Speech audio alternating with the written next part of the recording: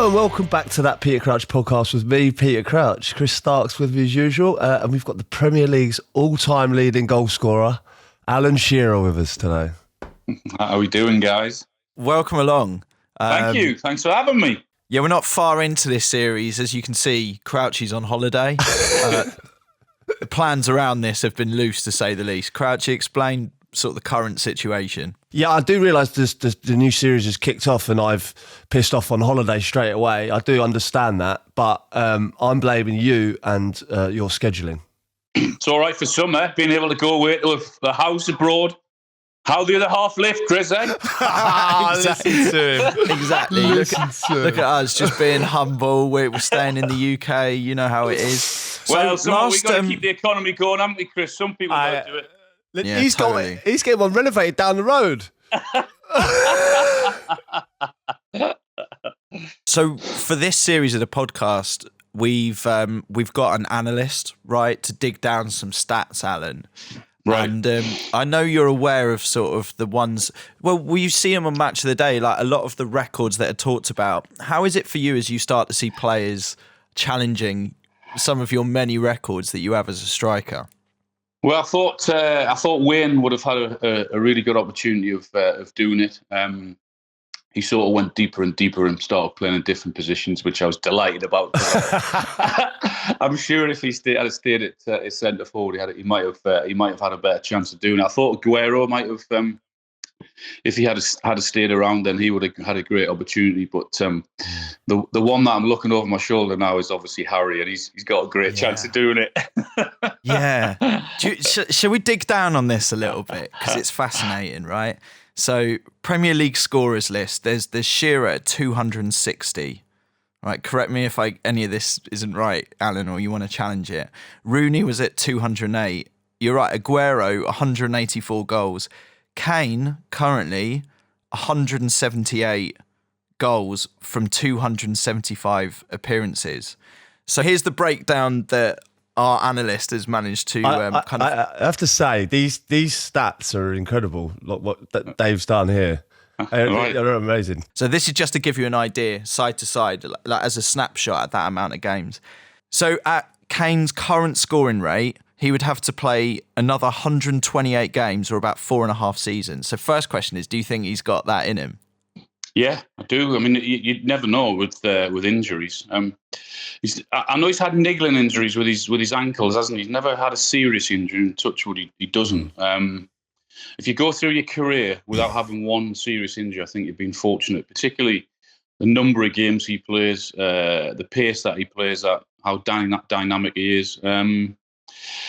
I mean, I had 3 serious injuries, kept me out for about 3 years. It does, without a shadow of a doubt, it does get harder as you get older. He's 29 this summer, isn't he? So, so he'd be playing until he's 33 at the current rate that it's all happening to have to match your record.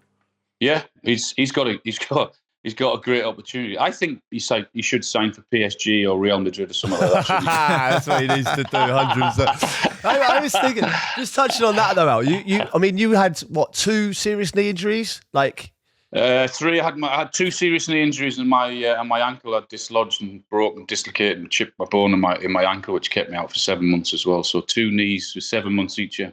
It's so far ahead of. I think there's only one other player in the 200 club, isn't there? I'll be honest with you. I got in the 100 club. I was over the moon. It's something that I really wanted to achieve personally. So to get in the 200 club and then obliterate that, the serious knee injuries you had, that is unbelievable. How do you view the 100 club, Alan? Is it like a billionaire looking at a millionaire sort of thing? Actually, that's a great way of putting it. I never thought of that. That's how I'm gonna look at it from now on. I love that. Are you aware of where Kane is ahead of you, Alan? If we take that snapshot of the same amount of games.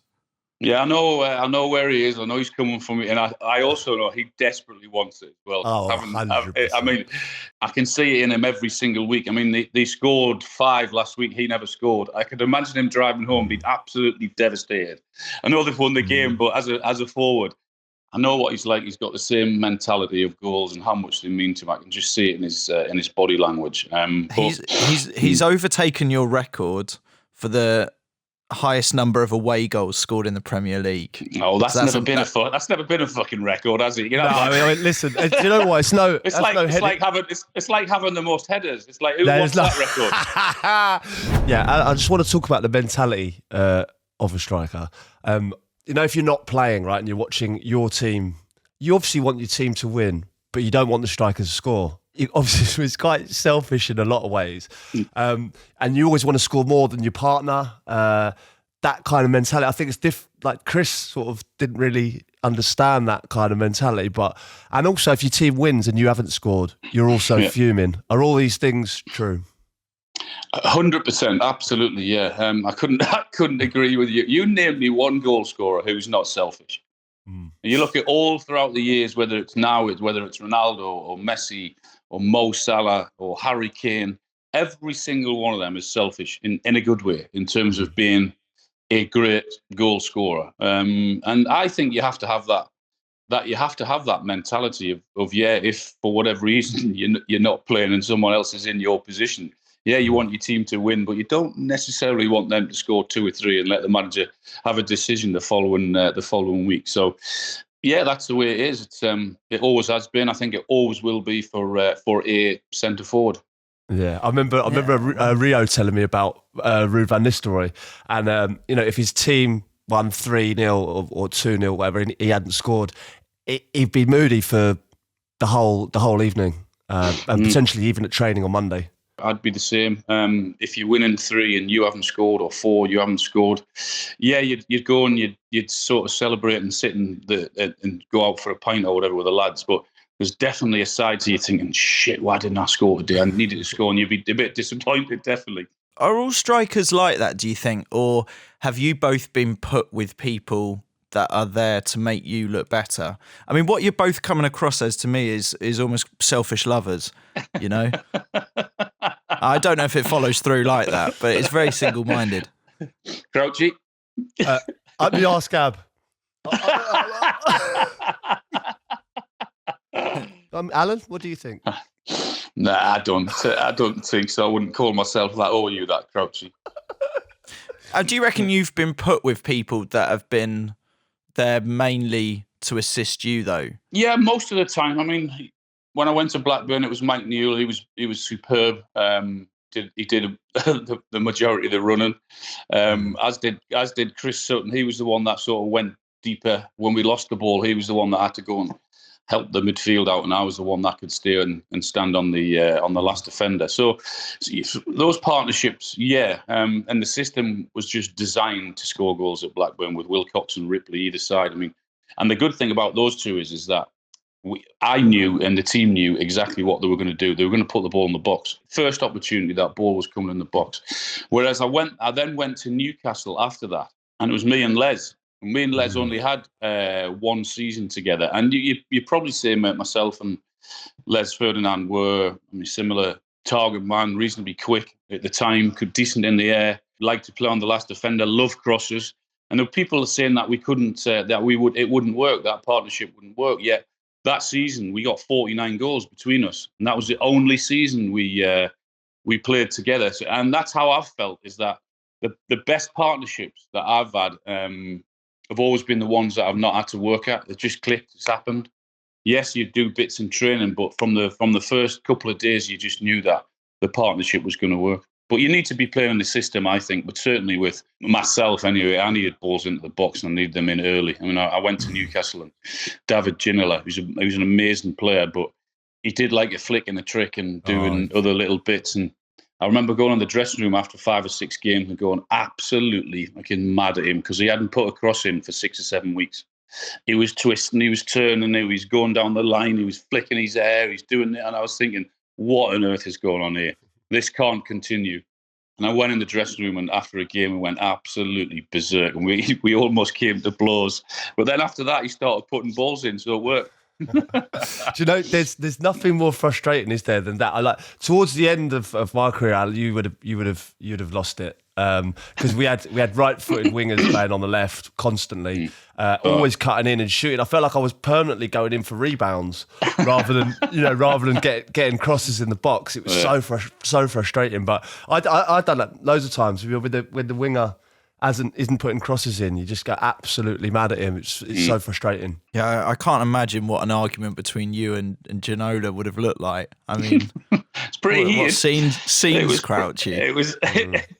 Scenes. It was definitely pretty heated. He definitely didn't want to give up, that's for sure, which I respect for. So, Alan, do you remember your first impressions of Crouchy? I just remember this tall guy coming in, thinking it looks awkward, doesn't look natural. And that's why I think when you look at Crouchy, we got a bit of a love-in going on here to play at the highest level, to play the teams that he did, the number of goals. I mean, bearing in mind that's everyone's dream to play in the Premier League, isn't it? So if you've scored over 100 goals, and that's one hell of an achievement. And I think because of his size and because of what he made himself, then I think great credit is due, because you don't often see those type of players that have. I thought his touch for a big lad was incredible. So, and everyone I think will always tell you is that probably underestimated as a player just because of the way Crouchy looked, but technically I thought he was superb. Yeah, so great respect. I think I've talked about this before, but I think my Premier League debut, or my first Premier League goal, was, I think you might have scored maybe 100th or 150th or something in the same game. It was 1-1. Villa Park. I scored, right. And I think you scored. And it was. I remember thinking then, because I know you burst on the scene and scored a hat-trick in your Premier League debut, I think. Right, for me, I was down in the Championship for a bit. I think I was 20, maybe 21 when I signed for Villa, got in the Premier League. And I thought that day, especially, you were up one end of the pitch, I was up the other, and I thought, I am miles off it here. Because I obviously watched your performance. You bullied our centre-halves. And I'd scored, but it was weird because I knew I wasn't ready at 21 for the Premier League. Like, I had to sort of develop a bit more. I never really developed properly, but I felt like it was 23, sort of 24 that I was ready for the Premier League. And I remember thinking that day, like, I'm not ready for this yet. Someone asked me the other day, when did you think you made it? And I thought, I never thought I'd made it, because I was always, the next game was, you're only as good as your last game. That's what sort of spurred me on. I never ever thought I'd made it, to be honest, ever. That was the mentality I thought of a lot of, really, really top players. Like when we're playing for England, like with Rio, John Terry, Gerrard, people like that. And I know you're pretty much the same. Like, I found that difficult. Like, after a big win, they would forget about it in an instant, and they'd already be thinking about the next one. Whereas, I was like, can we not enjoy this a little bit? Were you like that, or were you just? No, I did enjoy it, but I did. As soon as it was, that was it. I mean, I enjoyed scoring the goals. What's the point if you can't enjoy it? But then, the next game is the one, and I thought that's it, because you've always got something to prove to someone, because there's always someone ready to have a pop, or a defender ready to have a pop, and I think that was the mentality. So I'm straight away to the next one. Alan, thanks so much for coming on the podcast. I know you're playing a bit of golf today, so I appreciate you starting early for us. But listen, honestly, I have to say it's an honour, because I looked up to you as a player, and obviously met you as a person as well. And it's an honour to have you on. So I appreciate you taking the time. No problem. Thanks for having me, guys. I know how well it's gone, so thanks for getting me on, and get my money ready for Portugal, Crouchy, for the golf. I'm coming for you. I want revenge. Get ready.